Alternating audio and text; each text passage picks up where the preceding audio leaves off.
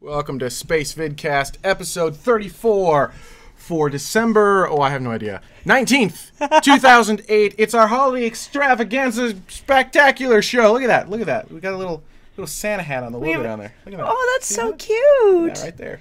And then also red and green, new background back here, a little snowy flake. You know, pretty much fooled everyone because like moments ago, everything was with normal graphics, and then we come back and boom! Fooled everyone. Holiday extravaganza. Just wait till it's my birthday. Yeah. Ben's like, we're not doing jack for your birthday. No, not really. My name is Benjamin Higginbotham. Oh, hey, I have graphics for this. My name is Benjamin Higginbotham. With me is a beautiful, wonderful, talented, and incredibly awesome Carrie Ann Higginbotham. We are the Space Vidcasters. This is our last show. Last show. It's my dramatic voice. For 2008. For 2008. Not to freak anyone out. No, I just like pausing right there. This is our last show of 2008. Wow. Yeah. That's great right there. Yep. I thought you'd like that. So, you know, and actually we're going to be off for the next 2 weeks. Next week is December 25th. We're going to be taking a Christmas break. And then January 1st, I'm going to be hungover. So we're not going to have a show then either. No shows on either one. I'm just saying. Listen, they know exactly what's happening. It's not like they wouldn't. I could be like, oh no, January 1st, nothing special. We have a show, even if he's hungover. We're not. No, really. Let's get straight. Shall we get into it? Ready? We are into it. Let's go. You want to step outside? Let's do this thing. Let's start with some space news. Space news. Awesome. All right. Start with the ESA. Okay. So, bam! Because NASA clearly has nothing better to do, we are joining up with the ESA. So NASA and ESA are going to MARS. How was that? Really? I don't know. You know, you caught me off guard a little bit. I'm sorry. In any case, the point is that NASA and Europe are joining forces in order to go to Mars for future missions to Mars. Isn't this the rover that the kids are going to name?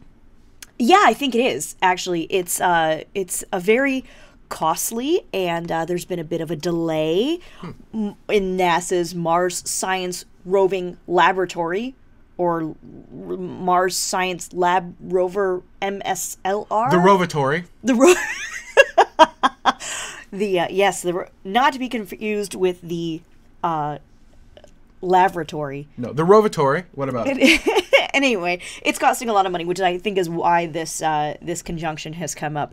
The biggest problem is right now that what Bush has set forth is this kind of thing about not being able to throw stuff up in the air together. Right. You know, probably, military reasons and all that other crap, which is fine. But Obama really kind of needs to change that around in order to make that go. That right there is awesome. Anyhow, point is, yes, hello, Sky Eye, exactly. So that's kind of where that issue is right now. It's kind of not really going forward. It's not really going backward. It just kind of is. Right. So it's nothing set in stone right now. Yes, thank you, GUI. Fail. Anything else? Is there anything else you'd like to speak about while I've tried. I can't get it. Click the buttons. This is click. You ready? Yeah. Ready? Here we go. I'm ready for something. There ready? we go. You know, this is one of those shows. I told you we were ready too early. I told you. That's true. I said that, didn't I? Disaster. Anything else? No, I think that's pretty much it. I was going to make a really great segue, and then I screwed it all up. Mm-hmm. But basically, the segue is, if they're having a hard time paying for it, maybe they should, I don't know, do something to, like a fire sale of sorts. Right. What could we sell? So, of course, unless you've been living under a rock or don't talk to people in general, you would not know that NASA is selling their shuttles. Now, Ben said, I heard the shuttles, they're going to be, in museums and stuff like that. And that's great. And I said, no, they're selling the shuttles. He said, what do you mean selling? I said, like $42 million and, per shuttle. Right, but you're saying that like that's a lot of money. Each shuttle cost about $1.7 billion. Okay, well, first of all, yeah, whatever. Okay, fine. First of all, the $42 million is just an estimate. And that includes the $6 million to ferry it to wherever the closest airport is. Now, if you live in the middle of BF nowhere, it's going to be more than that. Because you got to figure out how to get it to your... Exactly. And trust me, pickup truck isn't going to work for this thing. But but then on top of that, the orbiters are only going to be... the only places that they're going to be allowed to be in are indoor climate-controlled display areas. Which answered my question I asked of her Ben earlier said, was... Hey, I want one. I'll buy one, and then I can fly my own space shuttle into space, assuming I can afford the $500 million it takes to launch. But nope. That's and the best part is that you have to be able to take... what's the word I want? When something's delivered to you, you... Deliveries? Sure, whatever. You have to be able to take it all in one big chunk. It's not going to be disassembled. Ah, right. Is what I'm trying to say. Yep. Possession. Thank you. That'll totally work for me right there. I know. Words. None of them, Snibble. You know me. Anyway, yeah. So the big holdup with that is, of course, if the shuttles keep flying past 2010. And then... F you all. I don't care if you've already given us $42 million. You can't have it. Right. I really, you know what?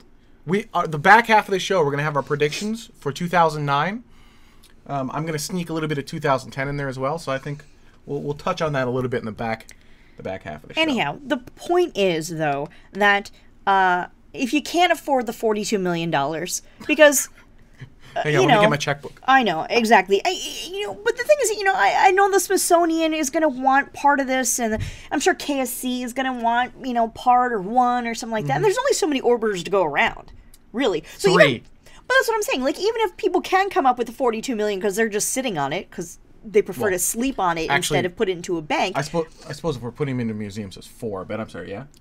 Right. Yeah. I mean, there's only 4 of them to go around, so we're not talking like. These are just mass-produced. We can just make more of them or what have you. But assuming you can't afford that, but you still need some sort of piece, you can get one of the main engines for anywhere between $400,000 to $800,000. That would be really cool to have on the back of your car. No, what I think would make the coolest, coffee table known to man. Or we need it, as a desk. Okay. Do you know how big these engines are? I don't care. Have you ever seen someone who stands next to one? No. They're pretty much bigger than this house. Awesome. It's not going to make a very good coffee table. Yes, it's it bigger will. than the house in which it is Yes, contained. it will. I don't understand what the problem is. Everyone knows that I have very hard time with the size of things. Okay. Japanese go in the little origami shuttles, and I can have a spatial engine as a coffee table. I don't see what's wrong with this picture. Okay, moving on. Moving on. Open NASA.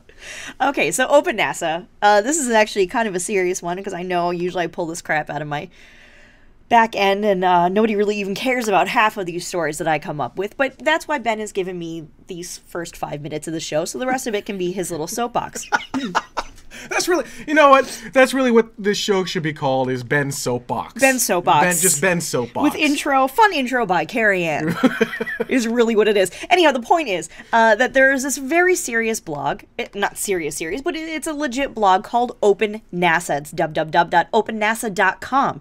It says your NASA, my NASA, our NASA, and it's run by people who are involved with NASA in many different levels, many different ways, etc., etc. I see a drinking game. Every time she says NASA, boom, take a shot. Anyhow, thank you, Gooey. One of the particular, more recent posts in the blog is called We Value Your Feedback. And they're very serious about this. So if you have some sort of idea of what you want to do to go to Mars, what you want to do with...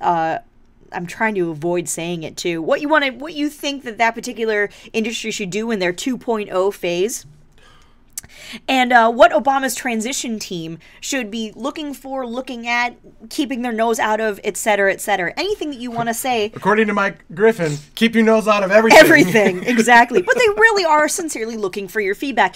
But, which is kind of the screenshot that you had there. But the opennasa.com. No, let me put that back up for you. There you go. Thank you, I appreciate that. That's why I'm here. The opennasa.com blog in general, though, has a lot of really great information.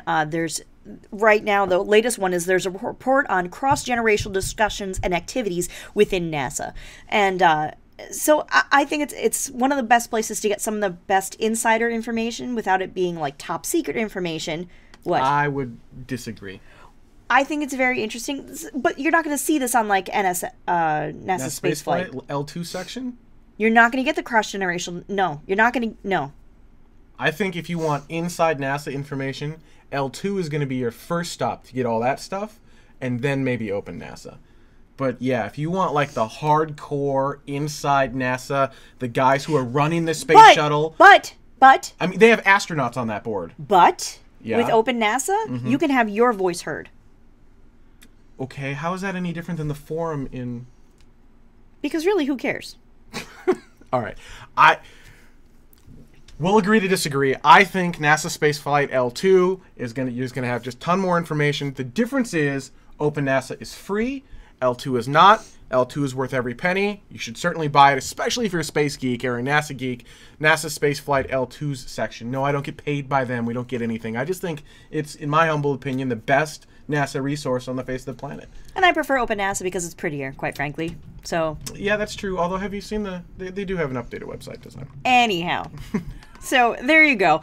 I suggest going on there, hopping on there, and giving them your feedback, your honest feedback, no matter what it is. Again, excuse me, about anything related to NASA, the transition team, NASA 2.0, anything and everything. There are people who read it every single day, people who comment all the time. It's a really kind of an interesting, younger community, which I think is also nice. And they're willing to listen. They really do want your feedback. All right. When we come back, our predictions for space travel. I need an echo. Do we have an echo on there? I'm sure we do somewhere. Space travel in 2009. Stay with us.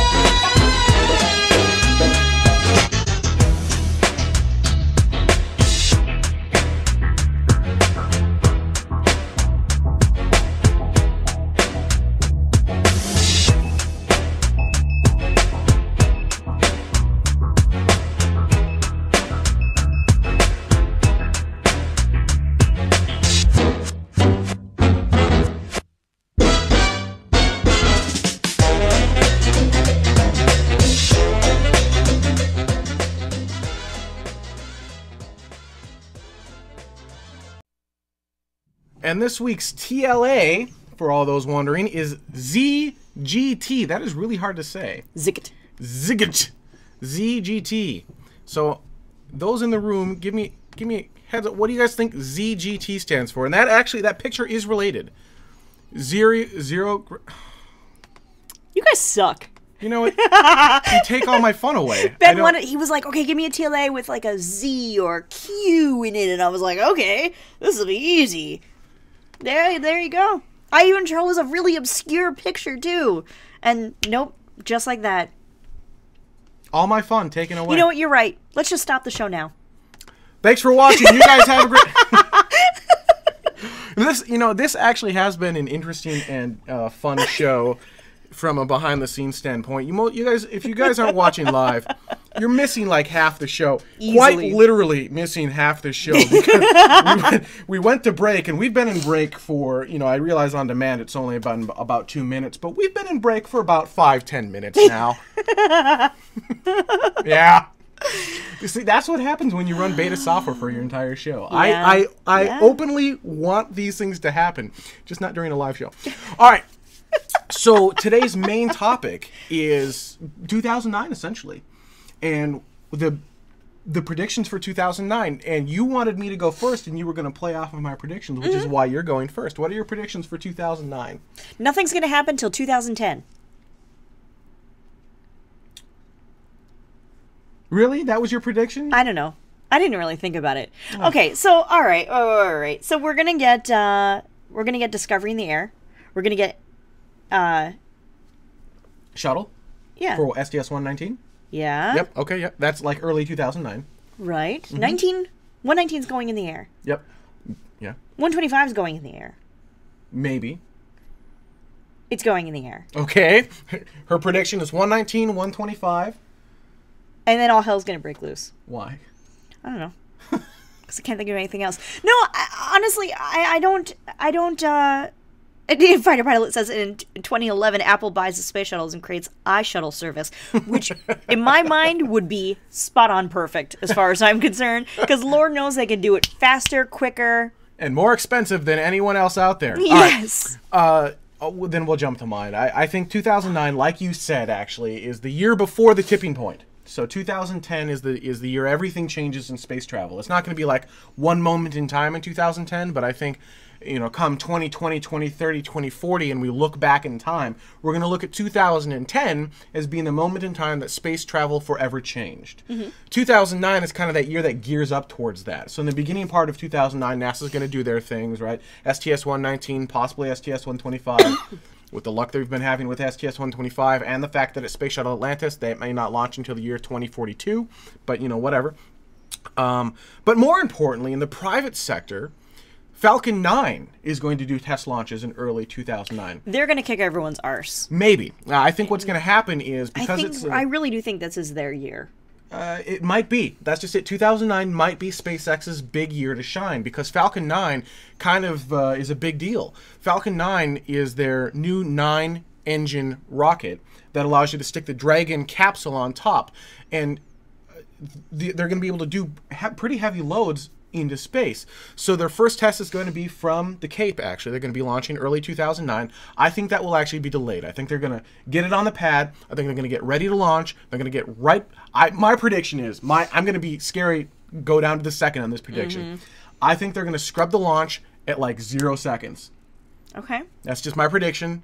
We can all come back to this day. I think they're going to scrub at 0 seconds, and they're going to stall. I think they're going to find some sort of problem in the engine, and they're going to stall. And that's based on historic data from SpaceX. But that's okay. I think they will eventually launch, and I have a feeling they're going to lose their first vehicle. It's just going to launch and then explode. But their second vehicle, I think, unlike the first one where it took them 4 rockets to get it up, I think it's going to take 2. And I think they're going to get that second rocket up in 2009, and I think it's going to reach orbit. I also think that in late 2009, maybe 2010, early 2010, they're going to have their Dragon module ready. And it won't be ready to bring humans yet, but it will be ready to bring cargo to the International Space Station. And notice the timing there. 2010 is when we shut down the space shuttle program.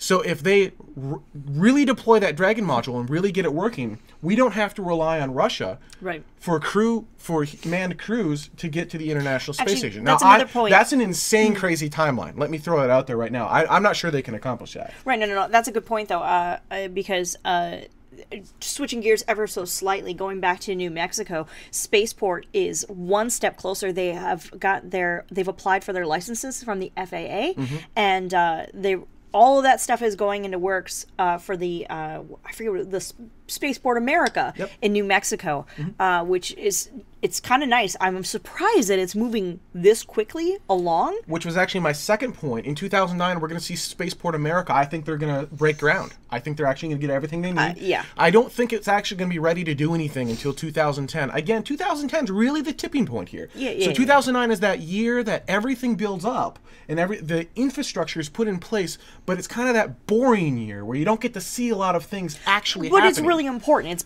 It's building that foundation for everything else. Yeah, but just like when you're building a new house, you know, it takes them forever to build that foundation. You're like, just put the walls up, and then the moment that foundation's in place, the walls just go bloop, and you're done with the house. Right. But you have to get that foundation correctly, otherwise the whole house will tip over. Weird. It just goes bink like that magically. If the foundation's wrong, the whole house just tips on its side. I don't know why that happens. That just happens. But stays intact magically. So that's also going to happen. And then at the end of 2009, I think Virgin Galactic actually will be ahead of schedule. I don't know why I think this. I don't really have any good data to base this off of. Apparently it came to him in a dream. It came to me in a dream. No. Just based on the data that they've already got with White Knight 1, Spaceship 1, and the fact that they've already got White Knight 2 built, I think they're going to begin testing mid to late 2009, and they're going to be ahead of schedule. And I think, and as Kat says, because Richard Branson's a freak. He's not honestly, a freak. You know what? He's just rich, and he has a passion and a dream, and he can make a difference, and that's exactly what he's doing. And a dollar. Yeah. Well, and there's nothing wrong with that. No, not at all. And he's fascinating. He's fascinating. I follow him on Twitter, which you can do. I'll put that in the show notes. Obviously, it's just Richard Branson. Anyhow, point is though that he constantly is blogging about different things, but he's always thinking about making things greener and the politics and just how it's necessary to do it this way or that way, as well as we have to get to space tomorrow. Right, and we do, and that's gonna be that. So I did Spaceport America. I did. How do you feel about like JAXA and all the other space agencies in the world? That's just it. In 2009, it's going to be business as usual for all those guys. Yeah. I don't think there's going to be anything huge from a lot of them, at least not yet. Eventually, I think NASA is going to be overtaken by the likes of JAXA and the India Space Program and Russia. But that's not going to happen for quite a while because, quite frankly, NASA has the brain trust. They have the money. They have the resources. They do right now. Well, that's exactly it. They do right now. And I can't really predict what's going to happen to NASA. I need to see what the Obama administration is really going to do. Right. Obama promised $2 billion more to NASA to help Constellation along.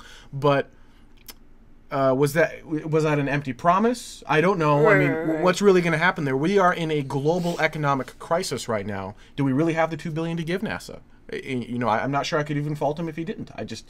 It's a really hard time we're in right now, and I just don't know what's going to happen. So yeah, there's that, and then I'm missing one major event that I wanted to talk about. Next, Northrop Grumman. Oh, that was it. That's not it, but the X Prize Foundation. Okay. There we go. Ta-da! Bing, bing, connecting the dots. The X Prize Foundation, the Google Lunar X Prize, which is the one I'm really excited about. Yes. I don't think is going to do anything. Well, let me try that again. I don't think they're going to launch in 2009.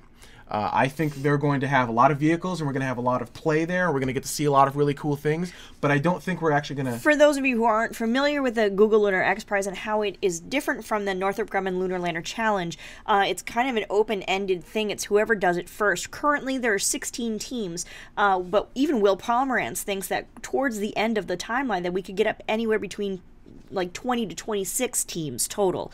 So yeah, that's kind of what we're talking about, as opposed to Northrop Grumman Lunar Lander Challenge, where there's everyone comes together at one certain time, and although that might be changing, to do the little thing and blah blah blah. So right. So I don't think we're going to see a launch in 2009. Now I could be mistaken. I don't have any information. I'm just kind of basing this on, okay, where are we at now? Where is SpaceX at? Because they need to keep their launch costs down. You know, the teams do, and SpaceX is going to be one of the less expensive launching options. You know, there's a lot that needs to go into getting a vehicle onto the moon, and as such, I just think they need another year to prep this stuff out. And I think we're going to start to see some launches there in 2010, not 2009, but we're going to see a lot of really big announcements come out of the Google Lunar X Prize in 2009, and we're going to see some pretty cool vehicles getting developed and some really new and neat, innovative ideas that no one had maybe even really thought of before, and some ideas that will possibly work that traditional scientists will be like, no, that'll never work. Blah, blah. There's no way that will work. It's just not going to work. Wow. Really? Yeah. Is that how that's going to go? That's how it's going to go. Okie dokie then. And tomorrow's Mars will become today's Mars. Today's Mars, yeah. We're not going to reach Mars. We're not going to have humans on Mars in 2009.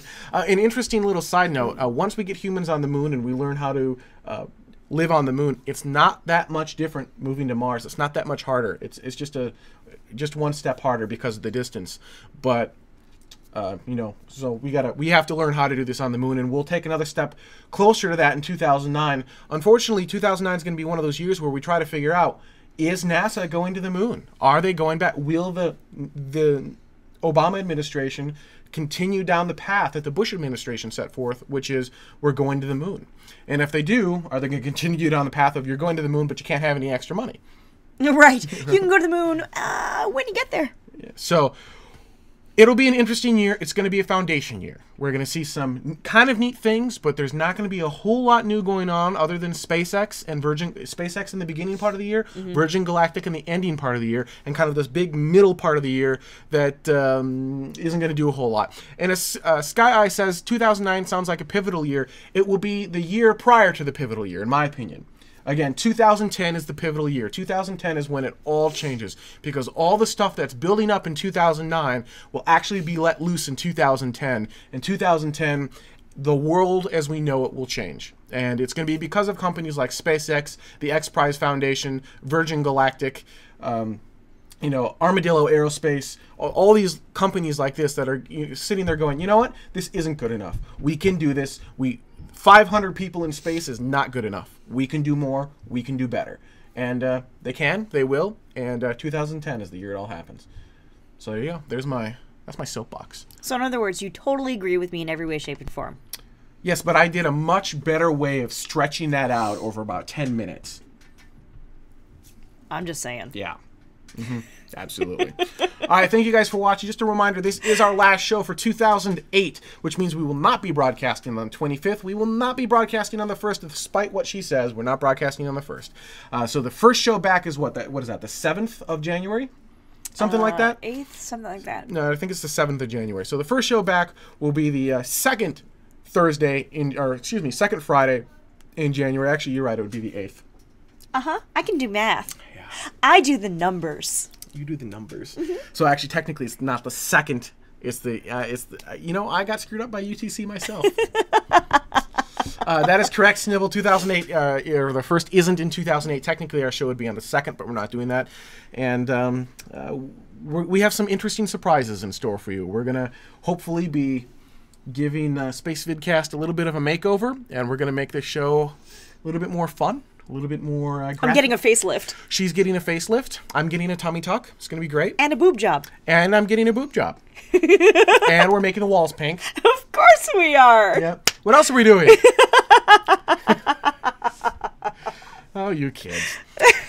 So a lot of really cool new things happening in 2009. So definitely check us out.